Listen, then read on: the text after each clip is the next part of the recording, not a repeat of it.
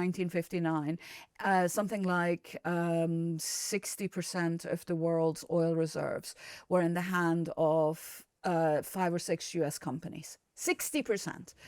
Iran is saying, yes, we are choking global trade, but really we're choking global capitalism. After the nationalization of oil, what became the basis of the United States power in the region was not so much control over the reserves themselves, but control over a whole series of different mechanisms that actually dictated who could benefit from the oil. 540 million people, right, that has this antagonistic relationship with its previous colonial masters or current one, but at the same time often is stuck in an unfortunate relationship with its rulers. Israel is the United States' most valuable stationary aircraft carrier in the world. Being trounced at the polls in November is going to be not only devastating for the Republican Party, but it's going to be devastating for a man whose ego is basically bigger than his brain. It's inevitable that the bigger countries, the places that exercise real power, that have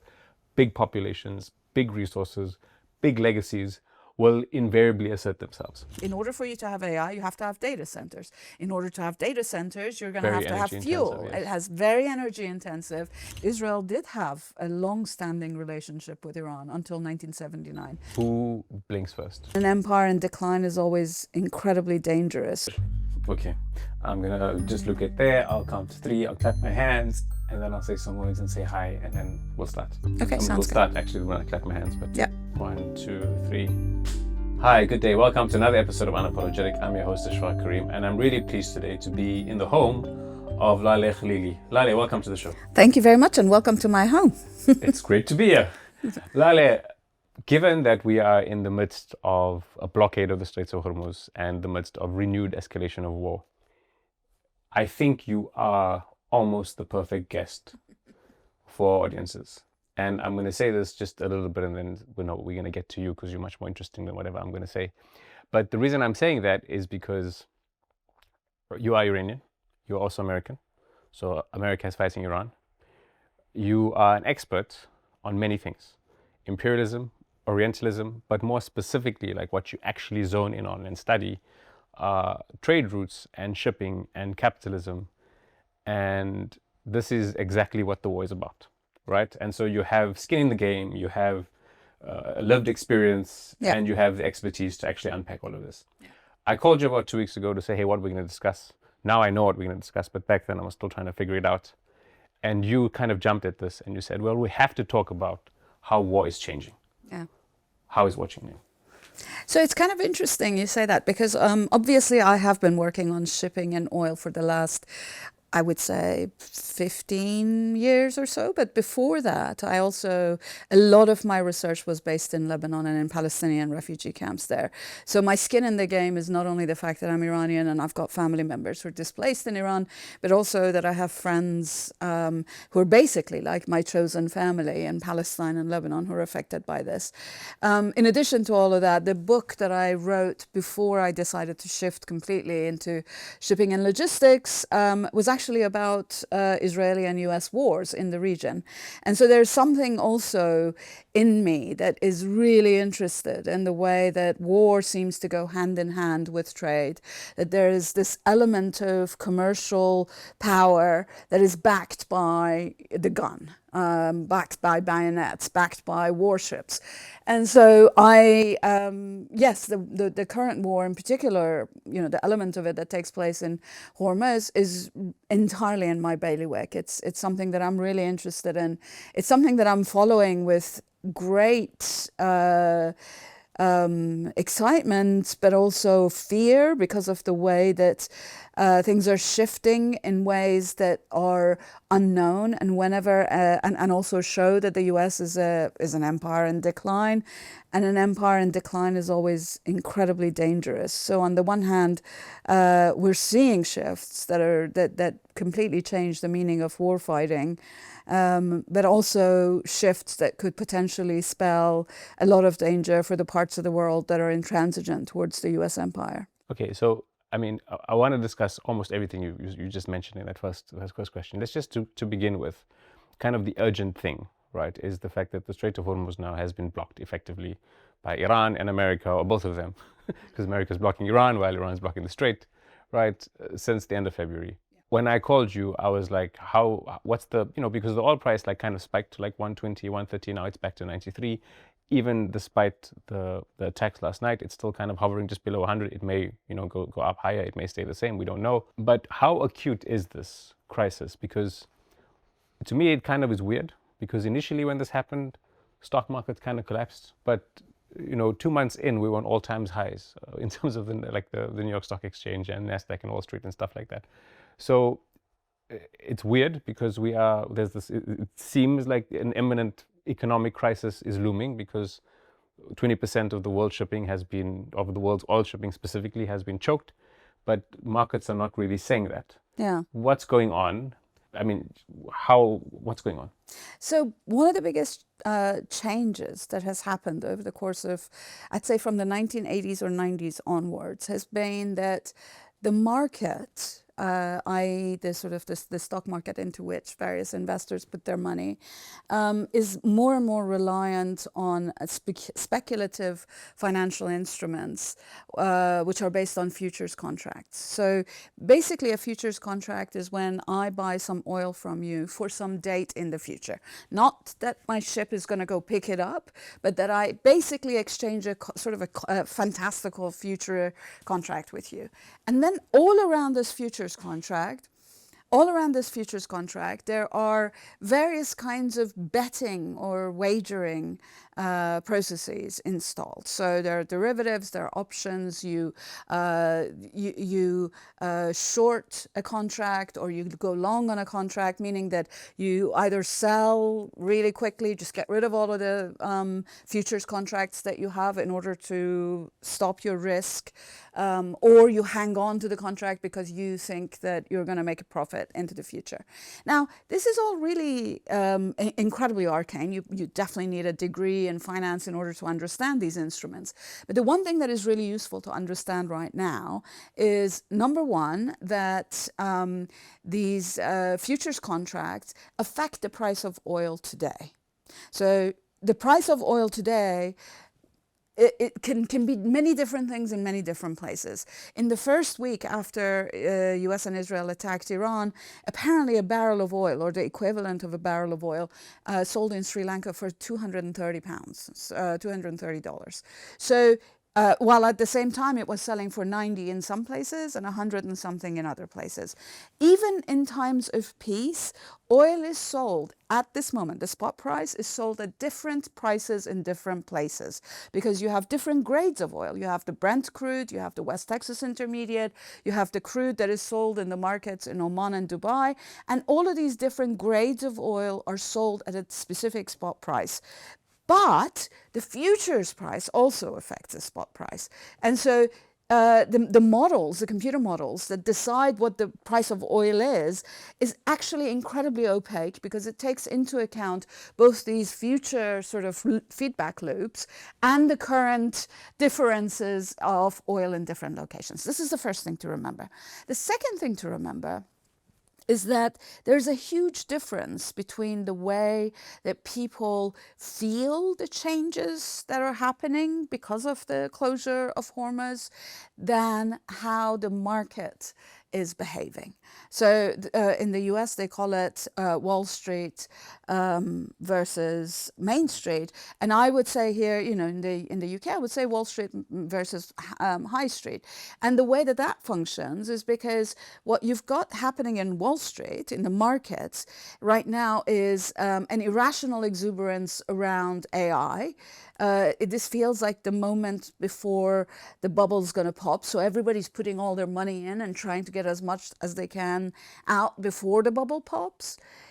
But ordinary folks are being affected, and they will be affected gradually. They're being affected by things, for example, like the increased price of petrol at the stations, by increased price of flights because jet fuel is more expensive. And I think as the summer goes on, that pain that people are feeling is going to only increase. And the reason that it's only going to increase is because the amount of diesel, for example, is going to drop. And when the diesel amounts drop, that affects shipping, both by land and by sea.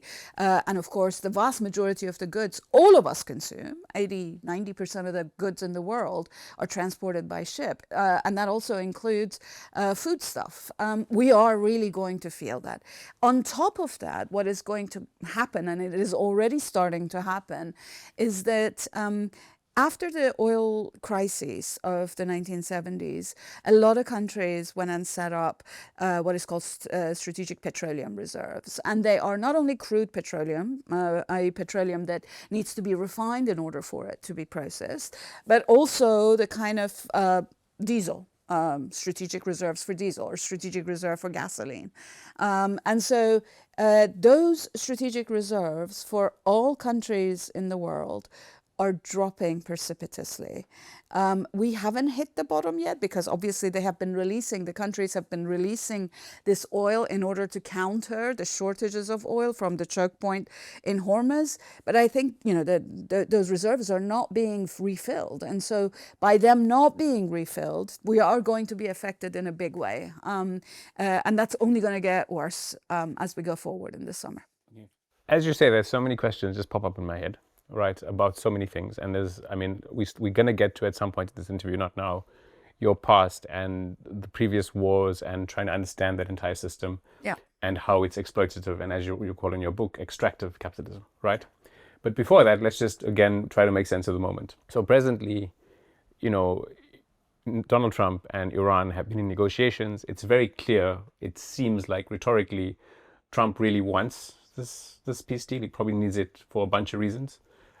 His own political reasons back in the USA, but also because I'm sure he's been told that there is a impending big economic crisis looming, as you've been speaking about. At the same time, Iran feels strategically it's won this war or has been winning, even though there's been lots of losses to its economy, human life, everything else. And so it wants to assert itself as, it really wants to assert itself. It wants sanctions to be gone. It's insisting that it has the right to kind of toll those ships in the Hormuz so that it can be repaid for all of the damage that US and Israel has done to it. It's been lashing out as the US and Israel have been striking. It's been lashing out with more force than is normally, would be sort of retaliatory. And then this weekend, because Israel has not stopped its bombing of Lebanon, last night Iran launched a volley of bombs on Israel, and Trump, which is abnormal but not surprising, instead of sending US jets to retaliate, has told Netanyahu, I want everything to stop. Netanyahu obviously has not listened, as we know, and is now bombing Iran by himself. I mean, it's never by himself, but not with overt US involvement, right? Now, it's clear by that, it's surprising, because it's surprising in the sense that for the last 2.5 years, the US has allowed Israel to do what it does, what it wants to do. It gets a bit upset, there's a light tap on the wrist, but then it participates. And now Trump really seems confused. He really is upset. He really clearly is upset with Netanyahu. He wants this to stop. So it's clear that there is this impending thing going on.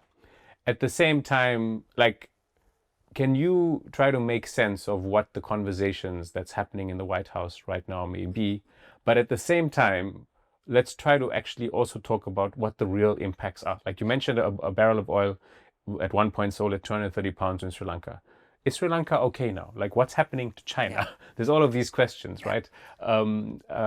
It's really strange because, like you mentioned, I see the price of oil not going too high, but then back home in South Africa, I get calls and people are saying, well, there's not going to be any fuel this week. Yeah. It wasn't happening a lot, but it has happened occasionally. What's going on? Okay, so I think let me go on ahead and talk about this in specific stages, because I think there is an element of geopolitics here. There's an element of the calculations of both the Iranians and the US, and of course also Israelis in there. And then there's an element of how is everybody impacted by this. So let me go on ahead and start with how is everybody impacted by this, because I think in a way that clarifies some of the reasons for the strategic thinking and decision making, if there is any actually, that is happening. Under ordinary circumstances, about 20% of the world's oil passes through the Hormuz Strait. That is actually a very substantial amount. That's a fifth of the world's oil, and a lot of that oil actually ends up going to the East and Southeast Asia, China, Vietnam, and then, of course, India also, India and Pakistan.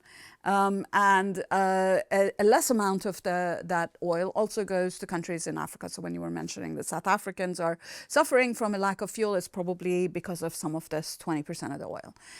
What the countries, the two countries in the Middle East that bypass Hormuz or have the ability to bypass Hormuz are Saudi Arabia, which has an east-west pipeline that picks up oil from the east coast of Saudi Arabia on the Gulf, and ships it, pipes it to Yanbu on the Red Sea. Bypassing, if Bab al-Mandab closes, then of course Saudi Arabia will be in trouble. But for now, there's about 4 million barrels per day. It'll be trouble if it's sending oil eastwards, but not westwards. Exactly. Yes, precisely. In the case of the second country that can bypass Hormuz, other than Iran, of course, and I'll talk about that as well. The second country that can bypass Hormuz is United Arab Emirates, which has a pipeline that goes from Abu Dhabi to Fujairah on the Gulf of Oman.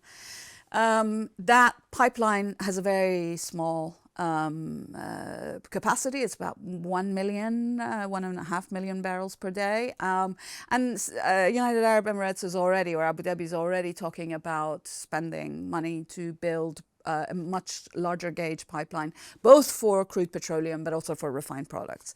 But of course, that takes time. They've got money, they can invest in it, but it does take time to build that. Okay, so that's the first effect of the closure of Hormuz. Iran also can bypass because they obviously are outside of, a significant part of their southern coastline is outside of Hormuz Strait, but they also have land borders with Pakistan, which apparently quite a bit of fuel has been passing through those land borders. Not as much, obviously, as a ship can carry, but nevertheless, a tanker full of fuel is a tanker full of fuel. Okay, so you've got these three possibilities of bypass of petroleum products. But what we've discovered in the last few months has been that Hormuz is really important, not just because of petroleum and petroleum products, but byproducts that we don't often associate with petroleum. So urea and ammonia, for example, are major byproducts of the refining process, and the Gulf produces something like 30 to 40% of the world's urea and ammonia. And what they're really needed for is as fertilizer. So it affected harvesting when suddenly in the month of March, no urea or ammonia was coming through Hormuz. Other byproducts, sulfur, which is a major byproduct of petroleum refining. The sulfur is incredibly important for smelting copper. And of course, copper is incredibly necessary for electricity and electronics, for computer chips. Helium is a byproduct of processing of natural gas. And with Ras Al Khaimah gas processing plant in Qatar being out of action, helium the use of helium has dropped. Helium is also needed for manufacturing chips and for MRI machines. So we've had this major shortage of incredibly important industrial inputs which are coming out of the Gulf, which many people weren't aware of. This, of course, affects different countries in the world differentially. So the way that it's going to affect, for example, the US itself, let's talk about that a little bit, is, as I've said, the US has started releasing its strategic petroleum reserves, and those reserves are dwindling. spring, and by the end of the summer, or even actually by the end of July, the US is going to be really affected by that. Don't they make their own oil now? They make their own oil, but in order for the Strategic Petroleum Reserve to be refilled, you have to actually produce way more than what you're already producing, which is already being consumed. Most of the oil that the US produces, it consumes in its industrial processes. The other thing about this effect on the US is that actually the US relies on the Gulf for some of the sulfur that it needs, because so much of the US smelting, copper smelting, relies on the sulfuric acid, which comes from the sulfur that comes out of the Gulf. And interestingly, 20% of the United States usage of aluminium is also smelted in the Gulf. Aluminium smelting is extremely high intensity, high energy, and the Gulf countries produce a lot of it, actually. Like, for example, if you go to Jebel Ali port, there's a big aluminium smelting plant right there. But all of the other countries do have one of those as well. And the US, it relies on 20% of its consumption of aluminium comes from the Gulf. So the US itself is affected, but less so than others, because as you said, it produces its own oil. It is the world's largest producer of natural gas, et cetera, et cetera. I think the countries that are being most affected are, in fact, intermediate Asian countries. So China has proven itself unbelievably resilient. It has shown that its industrial planning processes have shown a kind of a foresight. Its strategic reserves for petroleum they were absolutely and completely overflowing before this happened, so they are being least affected. And this has actually spelled a shift towards the kind of sustainable energy technologies which China has been at the forefront of, including solar and wind, both the equipment and also the battery production. So China is benefiting from this. The countries in Asia that are being affected in a major way are actually the manufacturing countries which rely on petroleum for the operation, not only for energy production, but also specifically for manufacturing. And so that would be Vietnam. That would be India, that would be Pakistan, that would be countries whose, for example, textile factories require, in order for their mechanical looms to run, they require petrol. And they don't have it, or petroleum, they don't have it. And so this is really affecting those countries greatly. The other countries that are being affected, of course, are those in Europe, which are seeing the indirect effect of the closure of Hormuz. So let's say the price of food is going to go up because the shipping for food is going to become more expensive, as it has already done so. So this is really sort of the effects that we're feeling. And then on top of that, you've got countries which are not these intermediate, developing, fastly industrializing countries in Asia, but countries which are nevertheless reliant on goods that are coming out of the Gulf, whether that's fertilizer or petroleum or petrol, gasoline, and that would be countries in Africa in particular that are affected by that. And so we're seeing some of the effects there as well. The largest effect of this is going to be inflationary. Basically, an inflation is going to be felt. It already is affecting some food prices. As I said, it already is affecting, for example, the price of petrol at the pump, but also flights and various other things. I think the effect is going to be much more strongly felt on food prices and various other consumer goods by the end of the summer. So this matters for the US. And the reason it matters for the US is because there are midterm elections in November, which are seen as a kind of a referendum on how Trump has done. And Trump is willfully ignoring the fact that he is probably the least popular president since they started keeping records. But being trounced at the polls in November is going to be not only devastating for the Republican Party, but it's going to be devastating for a man whose ego is basically bigger than his brain. And so this in part is really affecting how some of the Republicans are actually approaching Trump now. So last week we had the unheard of process where a bunch of Republicans joined with the Democrats to deny further military action to Trump, to require war powers. authorization by the Congress, and it's because they're afraid. So this is also affecting the Trump strategy vis-a-vis the war. On top of all of that, Trump is, I mean, I don't want to diagnose him, but he seems to me slightly demented. And so he is probably also, he gets bored very easily. He and his advisors thought that they were going to be able to attack Iran, and Iran was going to fold just like that. And of course, Iran didn't. And what I'm going to come up to next is to talk a little bit about the methods that Iran has used in order to challenge the US, and the US hadn't quite anticipated it. And so with Trump being bored with this and wanting a sort of an easy victory and not being handed it, his frustration has translated into lashing out at everybody. He's been, last week he lashed out at Oman, which is one of the longest standing allies of the United States in the Gulf. He has lashed out at Qatar. He has lashed out at Saudi. And, you know, of course, I don't believe half of the stuff that I read about, you know, Trump giving an earful to Netanyahu, but apparently also he's given an earful to Netanyahu about what he's going to do. I'm not sure that that's entirely true, because as soon as, of course, Axios reported it, Israel started bombing Iran. But nevertheless, there's this thing in the air about how the US wants to see a kind of a neat wrap up to the war, which Iran is not giving to the US.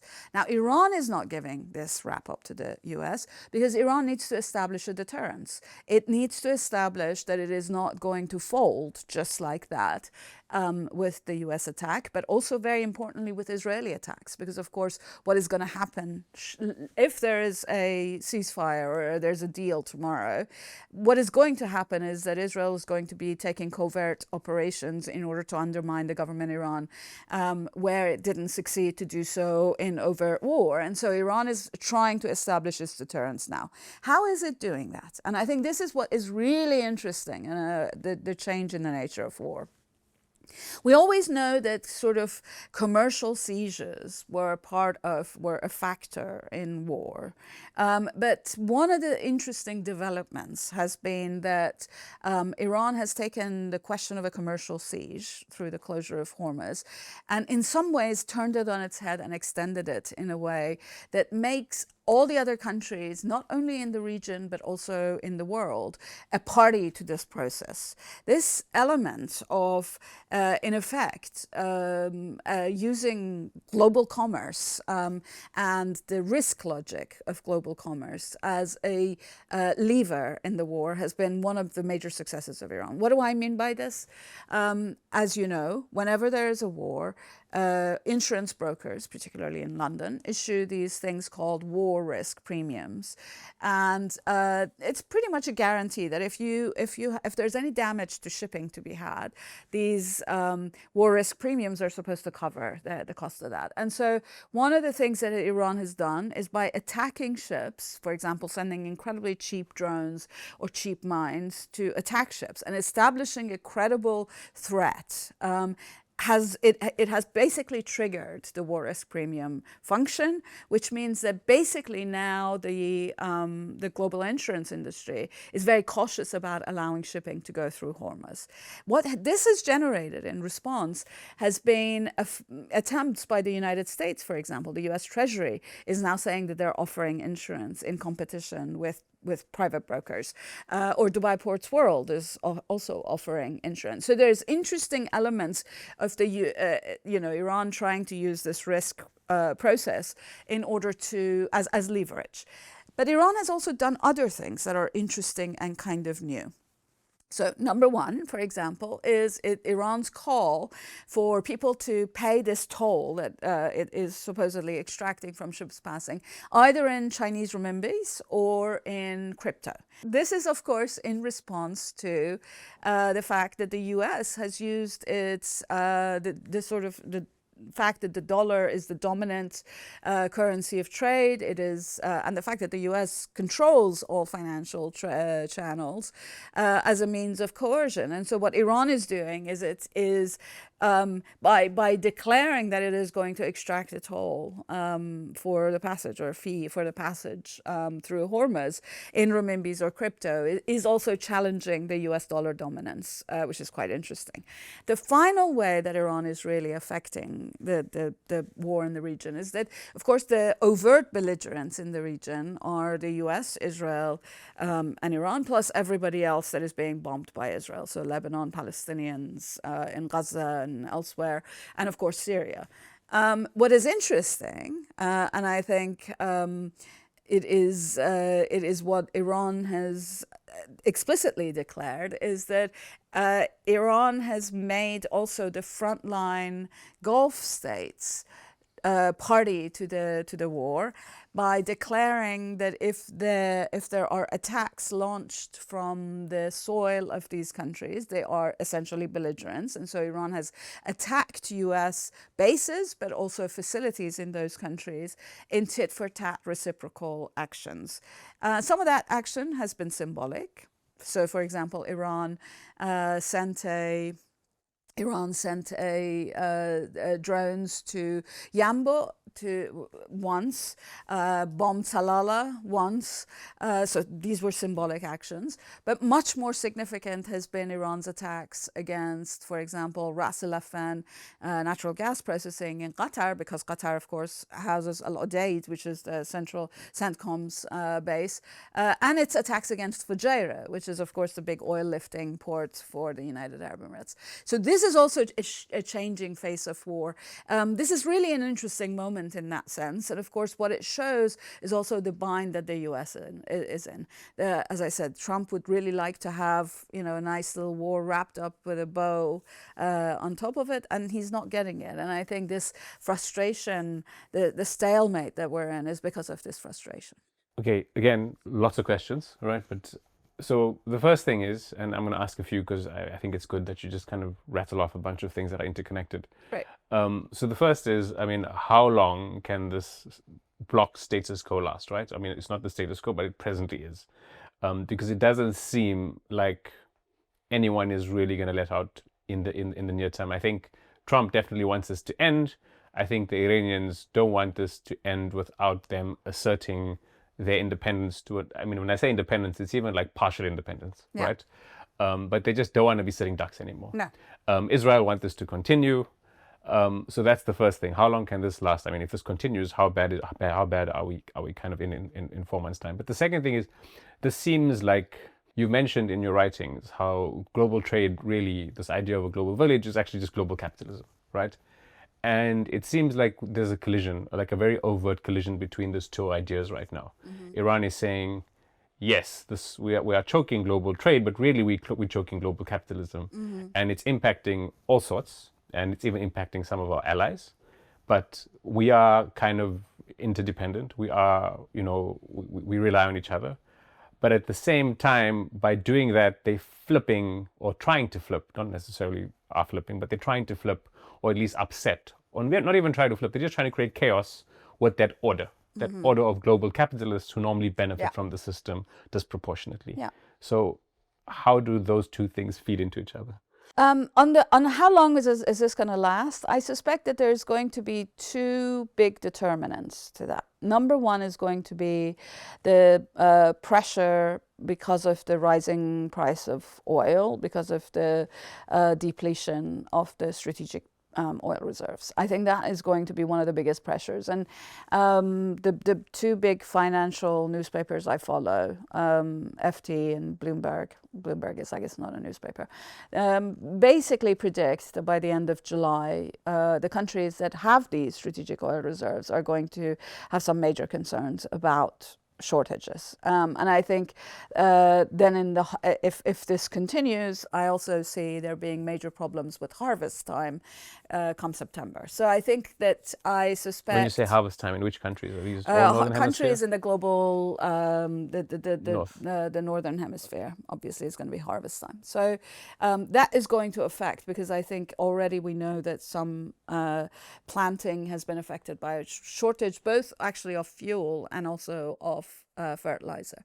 So there's going to be, as the summer proceeds, we're going to see more and more of a pressure to come to some sort of a deal that allows for Hormuz to open up.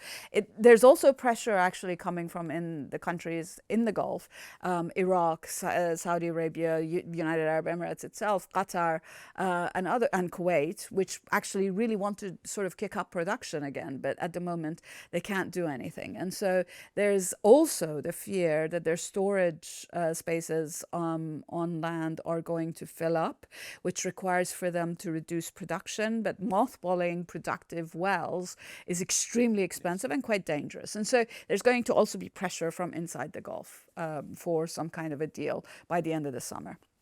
I'd say by the end of July. But Iran also actually does need some sort of a deal that allows for it to resume its economy, because obviously it needs to, it has been devastated. There's been huge amounts of bombings, both of its industrial facilities, but also of commercial buildings. Tens of thousands of buildings have been destroyed. Thousands of people have been killed, and Iran has massively been affected. And so it really also does need to sort of resume business so that it can, perhaps in a world which recognizes its sovereignty in a way that the US has not until now. So there are all these different factors at play here. As to what the longer term effect of this is in sort of global capital, that is a much more interesting and complex question, which I think is also going to be affected to some extent with this other thing that is happening on a parallel track, which is the AI bubble. Because what the AI bubble is doing is it's causing the US equities market to just massively surpass not only, as I said, the Main Street in the United States, but also other stock markets elsewhere. And a lot of that is a kind of a bubble. And anybody who follows this AI thing will note that so many of the different financial structures that are underlying this AI bubble are the same ones that underlay Enron in early 2000s, 25 years ago, including, self-loaning and shell operating companies and people, just circular kinds of flows of money. And interestingly, that, of course, also has an energy element to it. And that is that in order for you to have AI, you have to have data centers. In order to have data centers, you're going to have fuel. Yes. It has very energy intensive. And as the energy reserves drop, there is, in Europe last week, apparently European Energy Agency was telling that people, ordinary consumers, need to reduce their consumption so that they could feed into the data centers. I don't think ordinary people are going to be very happy about that. And so I think, and one of the things that we're seeing, which is, to me, one of the most hopeful developments of the last year or so, has been the extent to which there seems to be a general antipathy towards data centers in the United States, which is, of course, really the ground zero for the devastation that data centers cause. And that antipathy, it goes across demographics and across political ideologies, which is really interesting to me. And so, as I said, when the energy crunch is eventually felt, I think one of the things that is going to feed into it is going to be the AI data center demand. And if a pullback on that results in the collapse of the AI bubble, I think it's going to be Armageddon. Okay. In the US anyway. We are definitely going to still talk more about what's happening. So, for example, one of the questions I want to ask, but don't answer it now, would be what happens come July and no one's yet blinked, right? But don't yet answer it, because I think it's important for the conversation to establish the context of, like you said, you've written about Palestine, you've written about Lebanon, there's been, the Iran-Iraq war. You have that personally impacted your family. What occurred there, we'll get to that. There's been 2 Gulf Wars on Iraq. And throughout this whole process, there was also, you mentioned the OPEC crisis in 1973. So I'm assuming your interest in this entire region has got to do with all of these wars, with all how identities have been shaped, with US imperialism, all those kind of things. So before we continue with the present discussion, let's go back, like probably from like the 70s, if not earlier, but let's try to, contain the conversation so you actually get through it. How has US imperialism and other imperialisms preceding that, British colonialism and French colonialism, impacted how the West thinks about oil and the region and the Straits of Hormuz or Bab el-Mandeb or any other strategic points? For example, even Kuwait was carved out because it's a strategic point, right? So how is that, and how have the subsequent wars impacted those societies, and have they, and I'm assuming the answer is yes, they've benefited the Western conquerors, right? What's the legacy of that behavior? Because it's impossible to understand what's going on now without talking about that. Abstractly speaking, all empires, or all major empires, become major empires on the back of their ability to muster a particular kind of energy that allows for their warships to work, that allows for their industries to work, and on the back of a particular currency, which allows for their trade to function. So the British Empire, when it ruled the waves, the sterling was the global currency, and coal, and particularly very high quality British coal produced in both Wales and Northern England, was the fuel of the empire. The steamship was fueled by that, but so was the steam engine on land, which it affected essentially the industrialization of all sorts of things, particularly textile, which I'd already mentioned a little bit earlier. And I think the British Empire, of course, gave way to the American Empire, and the American Empire, which already was emerging certainly as a continental form by the end of the 19th century. After the Second World War, it was the uncontested, even despite the Cold War, the uncontested world metropole. And it became so on the basis first of oil, because of course oil was discovered almost simultaneously in mid-19th century in Azerbaijan, which was then part of the Russian Empire, and in Pennsylvania in the United States. And both of those states actually really relied on oil for the transportation commerce industry that they produced. And then, of course, what the US did afterwards was to then go looking for oil elsewhere beyond its borders. But it was, and today it is again, the world's largest exporter of oil, and also the largest producer of oil, which is kind of astonishing if you think about it. But so the U.S. empire relied on that. The central element of U.S. empire, however, was the dollar. That was the finance element, which basically replaced the sterling. I would say not immediately after the Second World War, but it took a couple of decades to do so. And I think it was really the fact of the petrodollars being basically in U.S. control that gave the dollar the sort of the place that it had.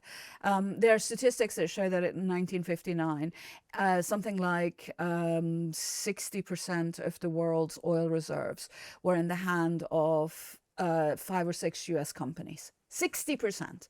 18% was in the hands of BP and Shell, or what was then Anglo-Iranian and Shell.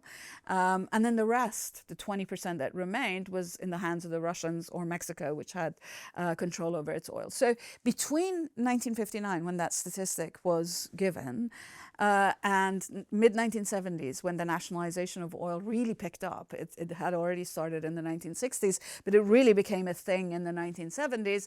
You had this massive movement of the oil reserves out of the hands of the United States and British companies into the sovereign control of the countries where the reserves sat. And some of the most significant of the countries, and this also says something about the shape that our most recent wars have taken were Venezuela, Iran, Iraq, and then, of course, Saudi Arabia and the smaller Emirates along the Gulf. What is also fascinating is that one of the wars that closed the Suez Canal, which was in response to the nationalization of the Suez Canal by Gamal Abdel Nasser in 1956, resulted in exploration for oil in places that fell outside of the sort of Bab el-Mandab. So Libya and Nigeria ended up, actually the oil reserves in those countries were really discovered, were explored, were tapped after the closure of the Suez Canal and in response to this nationalization of oil. So oil was really significant, and it really shaped the imperial complex around the world. After the nationalization of oil, what became the basis of the United States' power in the region was not so much control over the reserves themselves, but control over a whole series of different mechanisms that actually dictated who could benefit from the oil. So control over the shipping lanes, control over these futures, finance kind of instruments that affect the price of oil, control over all sorts of other things. Dollarization. Exactly. And so what we see now is the world that was created in that moment of nationalization and as a backlash to that nationalization. A lot of the wars that followed were also about the US establishing its power in the region. I mean, obviously the US imperial power also was exercised extensively in Latin America in the 1970s. US was defeated in Vietnam after it tried to gain control over the Southeast Asian countries. But really, the Middle East ends up becoming important from that moment of nationalization because the control of the oil companies had gone from the US-based oil companies to the national companies. And so you saw the US emerging there. And the role then that Israel plays in this US imperial context becomes much more significant. Alexander Haig, who was Reagan's Secretary of State, is quoted to have said that Israel is the United States' most valuable stationary aircraft carrier in the world. And so the US saw and still sees in Israel as a kind of a Texas on the Med, as a kind of an extension of its power elsewhere that can use its coercive power as a gendarme in the region. And so the wars that we've had in the region, basically from, I would say, 1948 onwards, have in some ways, with the exception, the very notable exception of the Iran-Iraq war, have been really about the instantiation and consolidation of US power. The Iran-Iraq war is an interesting one because it's anomalous only to the extent that its start was not necessarily dictated by the United States. Although as the war proceeded, the US, for example, in the Iran-Contra, sold arms to Iran, but also sold intelligence to Saddam Hussein. The French gave super étendards and Exocet missiles to Saddam Hussein. So there was but that was a war also over oil, but not one that was directly initiated by the United States, although in the latter stages, the US ended up becoming a belligerent in the war anyway. So, and what the effects of all of these wars was that a lot of the industry and finance that were headquartered in places where war had taken hold shifted to the Emirates, which were, or kingdom on the Arabian Peninsula, which were basically police states that could guarantee the protection of those businesses and financial bodies. So when the civil war in Lebanon happened, which of course Israel had a major hand in, the banks and construction companies that were based in Lebanon, based in Beirut, shifted eastwards to Kuwait and to Dubai, Kuwait, Bahrain, and Dubai. When the Iraqi war on Kuwait happens, then what you end up seeing is the same businesses that had moved to Kuwait, shifting east to Dubai. Dubai, by remaining a kind of a global sort of a transit port, ends up remaining neutral neutral during the Iran-Iraq war, with Iraqi businesses housed in Jabal Ali port, but Dubai also providing commercial services to the Iranians. And so there has been this interesting shift in the Middle East eastward towards the various city-states of the Gulf, which have benefited again and again and again from the business. And they all have also, interestingly, as their commercial importance in global capitalism has increased, so has the density of military installations on their lands. So you see the US Fifth Fleet being housed out of Bahrain. You see the CENTCOM's Air Force, their Air Force component being based out of Kuwait. CENTCOM's ground groupings, ground forces being based out of Qatar. There being all sorts of covert bases in Saudi Arabia. There being a number of different naval and Air Force bases, smaller bases, in Oman and in United Arab Emirates. And so we see that there's an element where the commercial importance of these countries goes hand in hand with the increasing importance of them to CENTCOM and to the United States.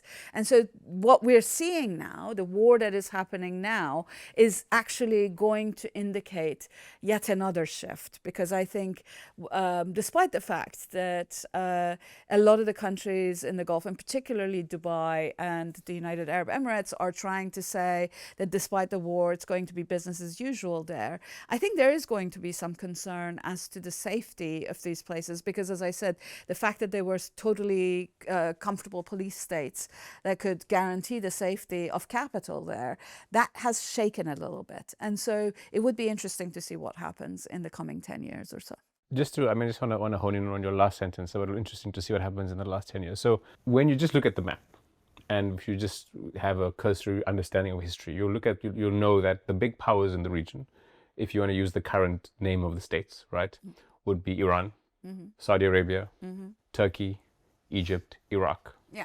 And you've just mentioned how, because of wars, not in Turkey, but in wars or sanctions in almost all those other places, or in Egypt it's a bit more complicated. With America it's not. With Saudi Arabia it's not. They're an ally of the West, and they've been an ally of the US for a long time, but to a large extent they've been reliant on the West propping them up, and so they have given over their foreign policy and, well, to an extent, their domestic policy so they've become a non-player until probably recently. They've always been a player, but they've not really been independent in terms of thinking for themselves. Intentionally. And now you're saying there's this, because of what's occurred, and the US and other interests have propped up these city-states. And it's inevitable that that's not sustainable. It's inevitable that the bigger countries, the places that exercise real power, that have big populations, big resources, big legacies, will invariably assert themselves. Yeah. How is that going to play out? Because we're seeing it now play out with Iran, with this, the Persian Empire, this great, enormous country. Yeah. Right. And how's it going to play out in the entire region? I think it's a really interesting thing that you said. You listed these countries that have sort of been brought to heel one way or the other, whether through sanctions or through war. And what is really interesting for me is that the 20th century, it really was a century of revolution and counter-revolution. And so the 21st century was the intensification of that counter-revolutionary movement. So you had the nationalization, the incredible moment in which Egypt was, sort of a shining beacon, despite all of the problems that were attendant in an authoritarian state. Nevertheless, it was a beacon of anti-colonial dreaming, and then it was brought to heel through the sort of the shameful Camp David Accords. We see Syria, Iraq, and Libya were the sort of the intransigent Arab states. All three countries are suffering, even now with Iraq, from internal fissures that were, to a large extent, exacerbated both by internal authoritarianism certainly with the way that Saddam Hussein, for example, used chemical weapons against the Kurdish population there, but also external intervention in a major way. The sort of alliances, external alliances that caused fissures in all of these places. What is really interesting is that Iran and Turkey were the two countries really that in some ways they were the sort of the rump of great empires. And both have remained, to some extent, I would say, sovereign over their own territories, and of course, forming alliances and proxy relations with neighboring countries. And what we're seeing, of course, when Israel was formed, one of the things that Ben Gurion really wanted to do was, in order to challenge the Arab states, Ben Gurion wanted to form relationships with the non-Arab countries. They called it the periphery policy. And the three non-Arab countries that they were really interested in forming these periphery relationships with were Ethiopia, because it, of course, it was this side of Egypt, Turkey and Iran, because they were non-Arabs. And of course, Israel did have a long-standing relationship with Iran until 1979. I recently, just last summer, or a couple of summers ago, discovered that every single Israeli prime minister, with the exception of Moshe Sharett, had visited Iran between 1948 and 1979. Wow. Secretly. Yes. But every single one of them, some multiple times. You know, Rabin had been there, Ben Gurion himself had been there. Golda Meir had been there, Begin had been there, you know, and it's, to me, that's an astonishing thing. And so I think the Iranian Revolution, which completely changed the calculus of power, not only in the region, but just broadly in all of Asia, was devastating to Israel for that reason, because Iran had provided Israel, which does not have energy resources, or did not have energy resources until it discovered major natural gas fields in the Mediterranean, only in the last 20 years, it really relied on Iran for that oil. And so the Iranian Revolution, I think part of I don't want to psychologize an entire country, there are all sorts of national interests, but I do think that part of the vehemence of vitriol that Israel holds against Iran is precisely because it feels that it was abandoned by the monarchy, or by the anti-monarchical revolution. But there was a counter-revolutionary movement in all of those places, the sort of if you want to use the words that Nkrumah of Ghana used, a kind of a neo-colonial relationships being instantiated. And those neo-colonial relationships were often capitalist relationships. And it often relied on authoritarian leaders in those countries to keep the populace in hand. And so you saw that happening through whether it's foreign direct investment, or it was through developmental kind of policies that limited the sovereignty of these states themselves, or through austerity imposed by IMF and World Bank, or through, in the last instance, military action. And so I think the US thought that it had managed to shape the Middle East entirely in its own image. In fact, at the very beginning of the US-Israeli war on Iran, the extremists in Israel were already crowing about Istanbul next. Yep. And I think that there was a sense in which, because the devastation that was wrought in Iraq, the devastation that was wrought in so much of the region through civil wars, which were, proxy wars essentially by outside forces, it was thought that that they had all been defeated. And I think I don't think anybody quite anticipated that Iran would be able to use what were essentially asymmetric commercial but also military tactics or strategies in order to challenge the US. And I think the fact that Iran has done so, it may not immediately change things, but it is certainly one factor that is going to shift the power relations in the region. Just a few observations before I ask the next question. So it's interesting because you mentioned Ethiopia, Turkey, and Iran, and not Ethiopia, but Turkey and Iran now. As you've said, Netanyahu, since he had an inkling of power, has always wanted to attack Iran. He's not the first Israeli prime minister or a serious leader in Israel to think about that, and increasingly Turkey is now mentioned, and so they couldn't become friends. And those movements, those countries now have governments which are more anti-colonial than their predecessors, and so there's this push and pull, and that's very interesting. But the question I want to put, and it's a big one, right? Because it kind of comes back to the start of this conversation when I said you're probably like in terms of trying to understand this and discuss and diagnose what's going on, you're almost a personification of the ideal guest. And it's not just your knowledge, but it's the following, right? You see, in all of these countries, in the whole region, there's been a relationship with its imperial masters where leaders are imposed or leaders take root in because they're opposing the imperial power. And usually that comes with autocracy in both forms. And while the people of the region, generally speaking, because we can't generalize, but generally speaking, want to stand against imperial power, they simultaneously are strangled by their local monarch, chief, autocrat leader, right? And your life is almost emblematic of that. Your parents were political prisoners. You went to the US. You lived there. You studied. You were a chemical engineer. You eventually started studying shipping lanes and oil and imperialism and everything else. And now, full circle, after seeing all these other countries, or not all of them, but most of these countries in the region, undergo a form of war. There's now an overt war on Iran, which is your homeland, right?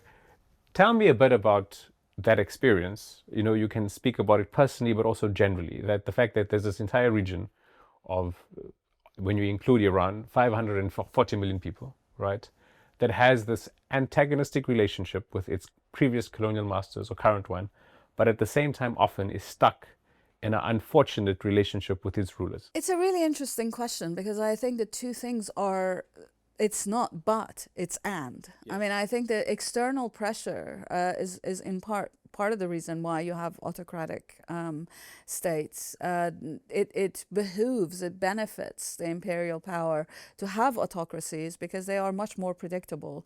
And also because historically, whenever you've had a democratically inclined populace, they basically have also been anti-imperial in the vast majority of instances. So what one sees is that basically the empire is anti-democratic, despite whatever fantasies the US empire may have, kind of used as PR, that it brings democracy at the point of a gun to everybody, or despite the fantasies, in fact, that the British had about them bringing them, being the mother of all parliaments and taking the democratic system to all of those places. In fact, what empire has brought with it are technologies of sorting and categorizing people, which essentially translates in all forms of racial distinction. So you see, for example, the exploitation of migrant communities in a lot of the city-states that were former British protectorates, and the establishment of those systems of exploitation under the British protectorate banner. You see the emergence of sort of categories of minoritized communities, which are used against the majority communities, but also the majority communities are given a hand. I mean, this has happened everywhere that the British went. It also happens with the US, and we see it also happening in Israel, where, for example, the very first act of the Israeli state was to try to divide Palestinian population that remained inside Palestine into smaller and smaller slivers, the Druze and the Christians and the Muslims and the Bedouin, to separate them out. So this system of divide and rule has been a characteristic of imperial control in the region, and it's exacerbated by the fact that the region has what is essentially the engine of the global economy, and has had so since 1909, when oil was discovered in Iran. Okay. Now, just to return a bit to your work, right? You eventually decide that you want to study, you write books on Palestine and Lebanon, and you want to study the oil and the roots, and you even write a book, Sinews of Global War and Trade. Sinews of War and Trade. Or Sinews of War and Trade, where it was fascinating, and I want to know who funded this, because I'd love to apply to them. But someone funded you to actually go on ships. Yep. And understand shipping, not just from a commercial perspective or from a macroeconomic perspective, but to actually speak to sailors and speak to captains and understand all of that. And then you build on that work by writing Extractive Capitalism, right? And you do all of this. I think you wrote Extractive Capitalism, at least the manuscript was done before October 7th, right? So what drove you? Like, I mean, I think this conversation kind of spells it out that clearly you have interest in this, but like maybe you can overtly state, Okay. right? How do you end up? I mean, it's obvious in light of our discussion that you end up being this person who studied this, but when you were not seeing it with hindsight, when you're seeing it, as your life's unfolding in front of you, what draws you to understand and study and write about these things? I mean, there are very intimate personal reasons for this. My father was a petroleum geologist in Iran, for example. I have a chemical engineering degree. And then when I actually went off and did my PhD research took place in refugee camps, Palestinian refugee camps in Lebanon. So what is the PhD about? My PhD was about the sort of manifestations of nationalism in Palestinian refugee camps. So I was it ended up coming out as a book called Heroes and Martyrs of Palestine. And then while I was doing that research, there was the Abu Ghraib pictures came out, the pictures of US soldiers torturing Iraqi detainees in Abu Ghraib prison. And I remember one particular image of Lindy England holding a leash of a dog that was attacking a cowering naked man. And in an interview with one of the people that I was talking to about sort of to basically turn the PhD into a book, he said, when I was in Israeli prisons, Israelis would also use these dogs. And so it was interesting because I had also in my youth read a book called White Dog, which was it was a novel, and it was about the way that in the South, in the United States, dogs were trained to attack Black people. And I believe in South Africa, they did the same. So there was so a question emerged then that was, why is it that these Anglo powers are using dogs to attack detainees? And that ended up generating the book about counterinsurgencies. That was a really hard book to write. It was an incredibly hard book to write because I interviewed people that had been in Guantanamo.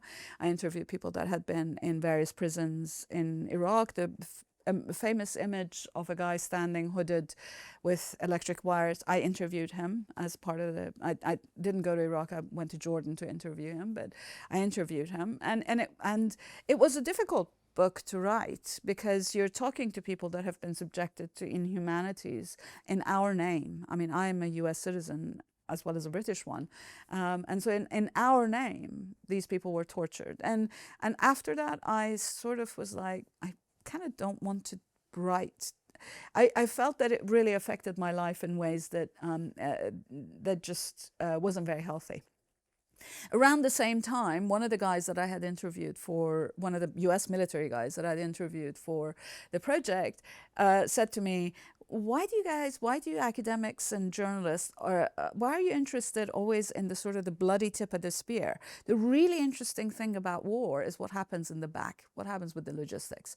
So that was also in the back of my mind. And then I thought, okay, well, shipping and, International Transport Workers Federation is doing really interesting research on shipping. Maybe I can help. And I applied for funding, as you were asking, Economic and Social Research Council of the United Kingdom, which is an academic body, a state body that funds academic research. Increasingly difficult to get funding from them, but I got very lucky. And I got this very nice grant, as part of which I traveled to all sorts of ports, and I jumped on container ships twice. Best thing I have ever done. And if I can do it again, I'd want to go on a container ship again. Or even better, I would love to go on a tanker, oil tanker, but we'll see. Okay, coming back to something I said earlier, who blinks first? I mean, I think the US is going to blink first, in part because unfortunately, or fortunately, it's difficult to say, unfortunately in the short term for the Iranians that are going to be the subject of increased attacks. Perhaps fortunately, because Iran does need to establish deterrence against the United States.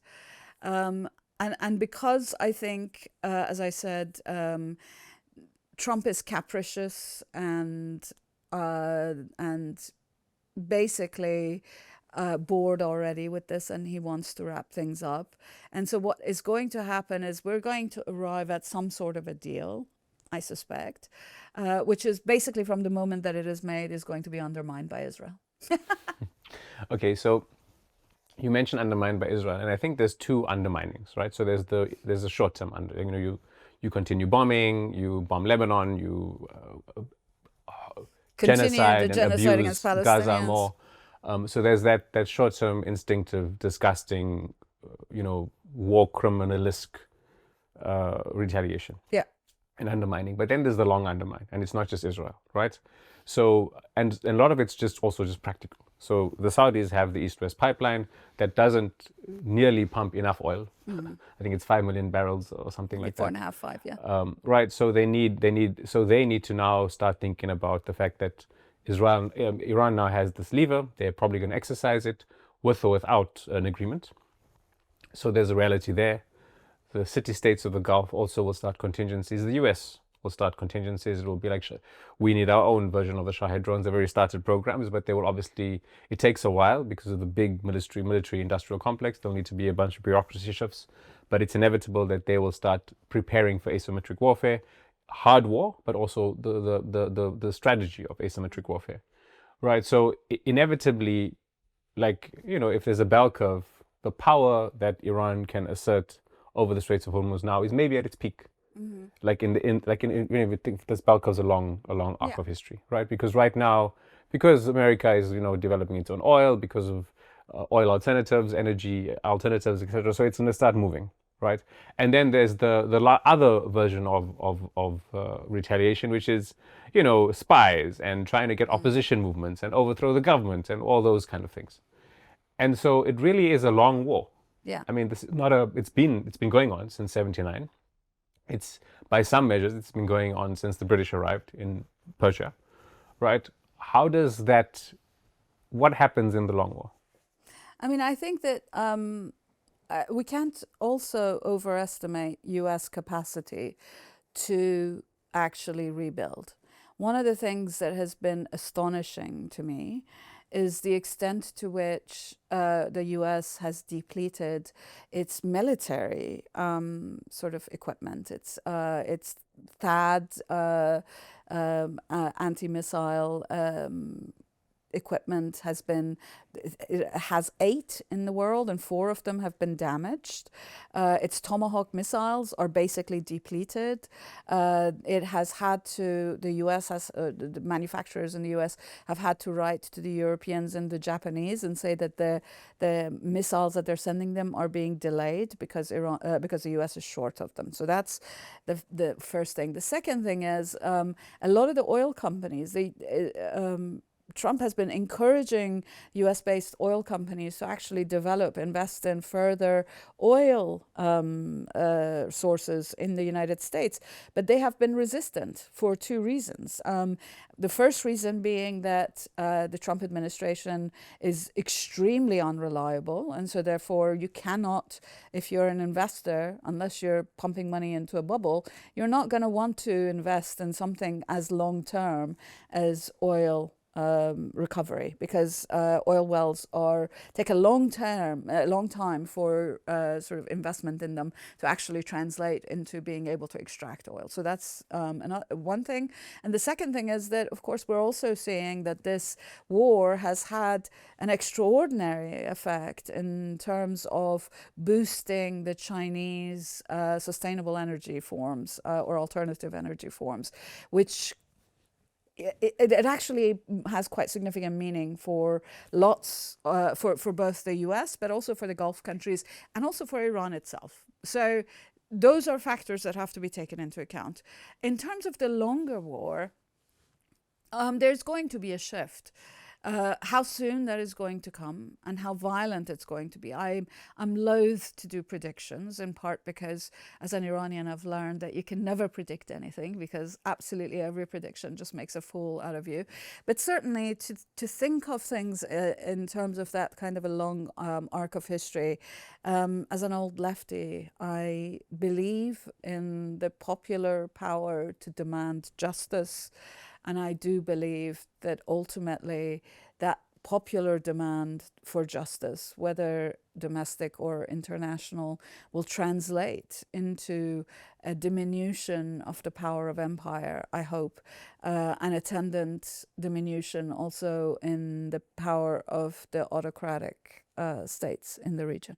You mentioned in a way it has been surprising, Iran's resilience, and their surprising is a difficult word. So is resilience, right? But the fact that their asymmetric warfare, they've been so successful in sort of carrying it out, has been not something we didn't expect. That I thought when this started happening, I thought that we may still be heading towards it, but I thought a nightmarish scenario was very likely. The fact that there'll be some sort of collapse within the government, you'd end up with some sort of civil war. And you'd unleash hell, very similar to what happened in Iraq and in Syria, and that still may happen. So let's hope that doesn't. But I think the other surprising thing has been that, and maybe it's less surprising because of the history of the Iraq War and Syria, but that the region, with the exception of Abu Dhabi, kind of simmered. They didn't escalate things. The Saudis got struck, but they kind of simmered. They did diplomatic things behind the scenes. The Qataris maintained their diplomatic neutrality and their ability to kind of smooth all sides. The Oman is even more so. Exactly, right. So, and I think the big one was Saudi Arabia, because that could have really pivoted things. Yeah.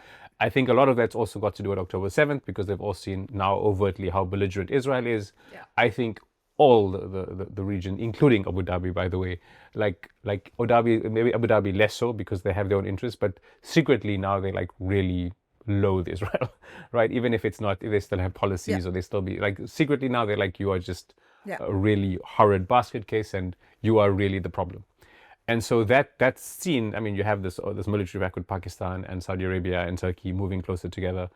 It now also starts making sense from just a sustainable perspective for the city-states and Saudi Arabia to start dealing with Iran, which they were en route already, in a more realistic, practical way, instead of this ideological way where they lean on the West, right? So how do you see that shaping up in the near term, considering that you have the rise of China and India at the same time? Yeah. So I think it's been what's really interesting about that, and I think I do have to say this, one has to distinguish between the regime in Iran and the state, because there's a government in place, and the government in place actually is also surprisingly resilient.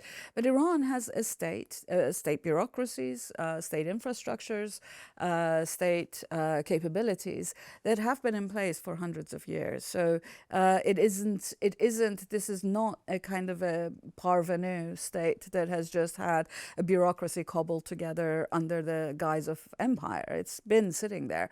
And the governments have changed, and I think what has been interesting and perhaps fascinating and surprising has been the resilience of the government, and the fact that they had in place all sorts of possibilities that if people were assassinated, they would be replaceable. And I think that has been even surprising to me.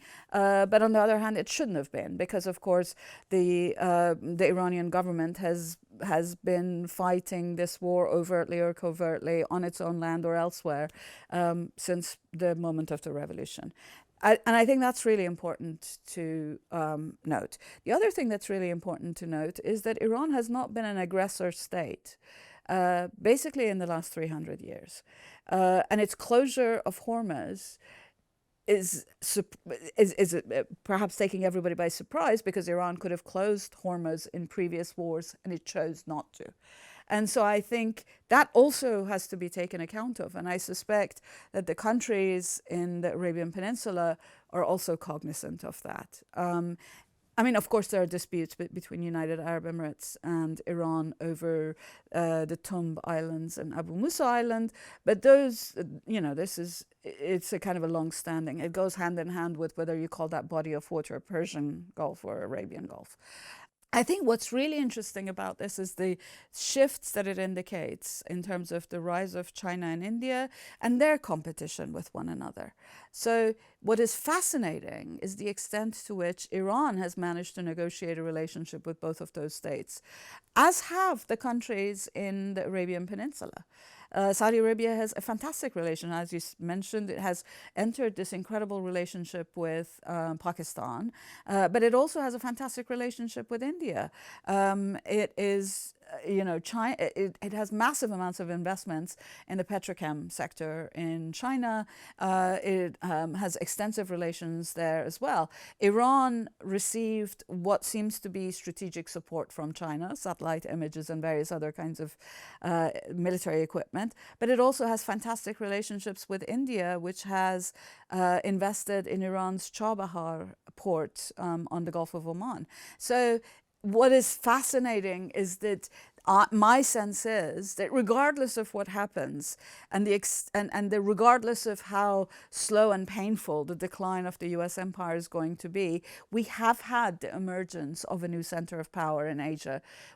Where that's going to go is difficult to see at the moment. But I certainly think that there is power emerging there that is not easily accounted for by a westward facing set of politics, as we have seen for the last century and a half. Laleh Khalili, it's been a fascinating discussion. Last thing, if there's one thing, that you want people who are listening to this or seeing this going away from this with, what would that thing be?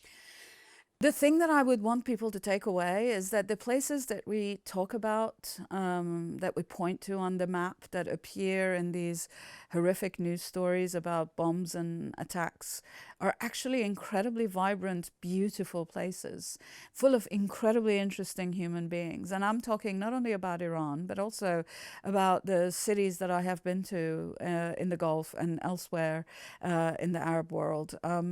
Kuwait, when I visited it about 12 years ago, was one of my favorite places to visit. It had this incredibly interesting cosmopolitanism of people being there from all parts of the world. If you go to Dubai or if you go to Qatar, what you hear are the sounds of tens of different languages, the people that you see, the cultures that you see, the food that you can eat, the histories that are intertwined in these places are incredibly significant. And of course, there's Iran, which is, it's an ancient place. It is itself a agglomeration of a lot of different languages and cultures, of lots of different kinds of food, of lots of different kinds of people, and lots of different kinds of politics. It's a very riven country, and I think that's what makes it also so interesting. And I think that's what I want people to take away, that these are not empty places on the map. Laleh Khalili, thank you so much for your time. My pleasure.